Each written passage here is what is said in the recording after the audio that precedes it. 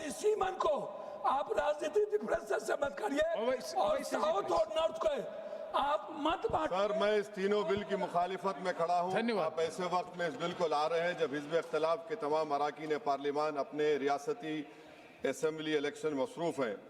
ये हुकूमत पैगाम ये देना चाहती है कि अपनी वहशी अक्सरियत से कानून बनाएंगे। अगर ये 3 बिल कानून बन जाएंगे तो अपोजिशन की आवाज़ नहीं के बराबर इस ऐवान में हो जाएगी।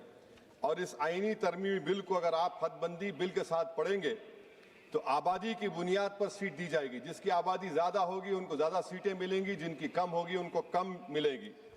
हदबंदी हर 10 साल बाद नहीं होगा सर, ना मरदमशुमारी की बुनियाद पर होगा, बल्कि हुकूमत फैसला करेगी कि हदबंदी होगी या नहीं। अगर होगा तो किस साल की मरदमशुमारी पर होगा।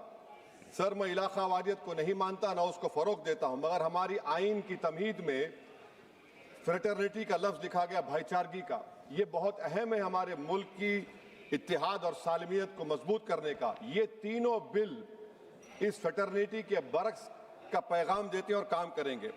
हकीकत ये होगा सर कि शुमाल हुकूमत करेगा जुनूब पर, शुमाल खर्चा करेगा और जुनूब इसको फराहम करेगा। जुनूबी रियासतें मुल्क की GDP में 30% का हिस्सा होता है उनका, और 21% मुल्क का टैक्स रेवेन्यू जुनूब से आता है।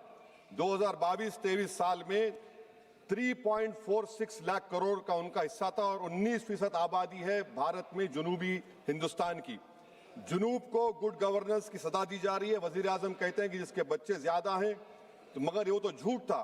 मगर ये बिल अगर कानून बनेंगे तो सच हो जाएगा। सर, अगर आप 6 रियासतों को, बिहार, मध्य प्रदेश, यूपी, राजस्थान, गुजरात और हरियाणा को मिला ले, यहां पर सीट होंगी 392 और सिर्फ 34 सीट की जरूरत पड़ेगी हुकूमत बनाने के लिए। एक कॉन्फ्रेंस की माली इमदाद हुकूमत में की, उस कॉन्फ्रेंस में किसी ने उठकर कहा कि कैसे हम आईनी हिंदू राष्ट्र को हासिल करेंगे। अब पता चल रहा है कि गैर बीजेपी पार्टियों के नुमाइंदगी को डाइल्यूट करने से ही आप एक आईनी हिंदू राष्ट्र बनाना चाहते हैं, ताकि यूसीसी, लैंड जिहाद, हिंदी को लाजमी कर देना, बुलडोजर को आईनी तहफ़्फ़ुज़ देना। सर, डबल इंजन का सरकार, डबल इंजन सरकार क्या है? जादू, उसका जादू यह है कि इंजन शुमाल का होगा और ताकत जुनूब से आएगी। सर, नतीजा यह होगा कि जुनूबी हिंद के तमाम रियासतें अपनी आबादी बढ़ाने का काम शुरू कर देंगी। क्या यह मुल्क के लिए अच्छा होगा? तो तशवीशनाक होगा। सच्चर कमेटी ने अपनी रिपोर्ट में कहा कि मुस्लिम अक्सरियत कॉन्स्टिट्यूंसीज को रिजर्व कर दिया गया और आसाम और कश्मीर इसकी जीती जागती मिसाल है। आसाम में 30 ऐसे असेंबली हल्क़ात थे जहां पर मुसलमान जीत के आते थे, उसको 23 कर दिया गया। ये जेरीमैंडरिंग नहीं है तो क्या है? कश्मीर, सर, डुबरी बरबेटा में 60% मुसलमान थे, एक डुबरी कॉन्स्टिट्यूंसी बना दी गई, खत्म हो गया, आप कोई नहीं जीत सकता बरपेटा से। दूसरा मिसाल दे रहा हूं सर, अनंतनाग रजौरी का कॉन्स्टिट्यूंसी शुरू हो रही है कश्मीर में कोई, और खत्म हो रही है जम्मू में, कोई रास्ता नहीं, कोई तहजीब का हिस्सा नहीं मिलता। सर, 2 एडमिनिस्ट्रेटिव डिवीजन अलग है, ये जेरीमैंडरिंग नहीं है तो क्या है सर? और सर, कश्मीर की आबादी क्या है? 56%, 35% कश्मीर की आबादी, सीट है 52.22। जम्मू की आबादी है 43.65, सीट में 47.78। ये जेरीमैंडरिंग है तो नहीं है तो क्या यही होगा? सर, मुस्लिम अक़लियत को तो बीजेपी टिकट नहीं देती, रिजर्वेशन दूर की बात, मगर क्या यह मुल्क के मफाद में है कि इस ऐवान में 18 करोड़ की आबादी के सिर्फ 4% MP जीत कर आएंगे? ये आपकी मुल्क से मोहब्बत है?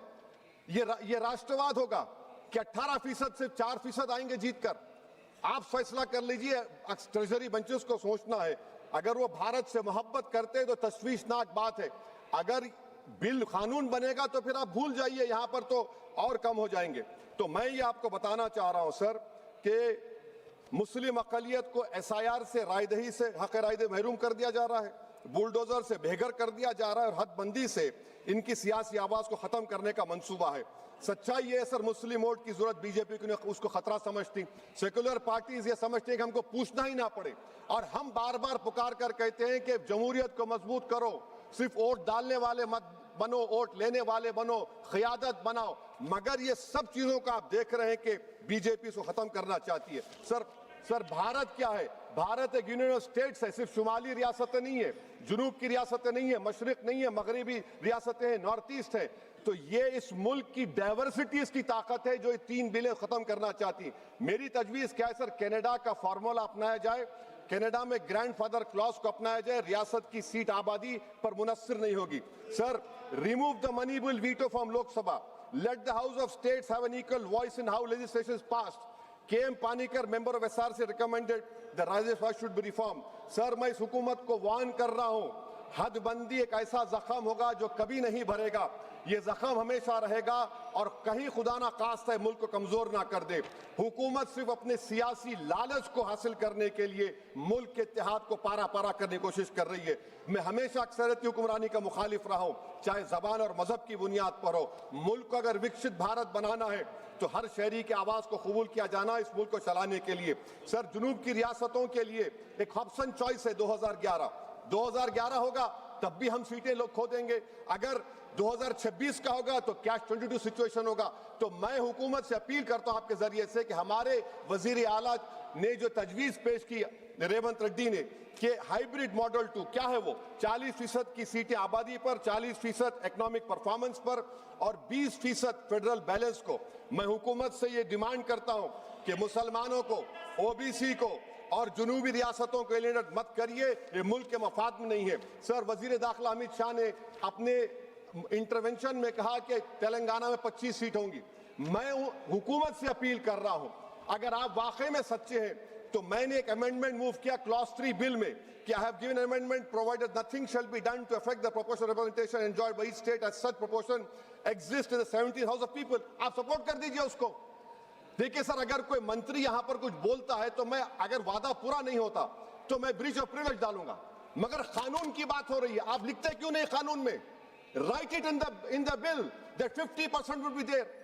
आप नहीं लिखना चाह रहे, आप बोल रहे कि मेरी बात का भरोसा करो कि कौन जिया तेरे जुल्फ के शहर होने तक, हम तो खाक हो जाएंगे तुमको खबर होने तक। सर और आप एक बता रहा हूं सर, ये गवर्नमेंट क्यों ला रही है?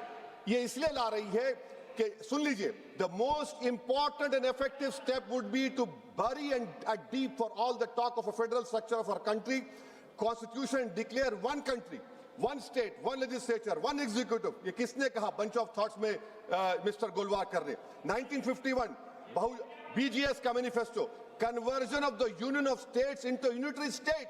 This is what is happening now with these 3 bills। Now please so, I am concluding, sir, I am concluding that can this whole proceedings are being watched by the Muslim women who were raped in Muzaffarnagar, will they feel happy about it? Bilqis Bano is watching this. Has Bilqis Bano got justice? Zakia Jafri's family is watching this. Have they got justice? No. Please. That is why I conclude, sir, by reciting the share of what Rahat Indori said about this government. Jahan se guzro, धुआं बिछा दो, जहां से गुजरो धुआं बिछा दो, जहां भी पहुंचो धमाल कर दो। तुम्हें सियासत ने हक दिया है, हरी जमीन को लाल कर दो। अपील भी तुम, दलील भी तुम, गवाह भी तुम, वकील भी तुम, जिसे भी चाहो हराम कह दो, जिसे ही चाहो हलाल कर दो। मैं वार्न कर रहा हूं सर, आपके पास मेजॉरिटी नहीं है, ये मत करिए, मुल्क को कमजोर करने की हरकत होगी। शुक्रिया सर। धन्यवाद श्री हनुमान बेनीवाल जी। सभापति महोदय, निशिकांत जी 352 गुरु गोलवरकर जी का नाम लिया सर, बंच ऑफ थॉट का नाम लिया। मैं उनकी जानकारी के लिए बता दूं कि बंच ऑफ थॉट को गुरु गोलवरकर जी ने 1960 में खुद ही खत्म कर दिया था। उन्होंने कहा था इस किताब से मेरा कोई लेना देना नहीं है। यस, हनुमान बेनीवाल जी। Yes sir,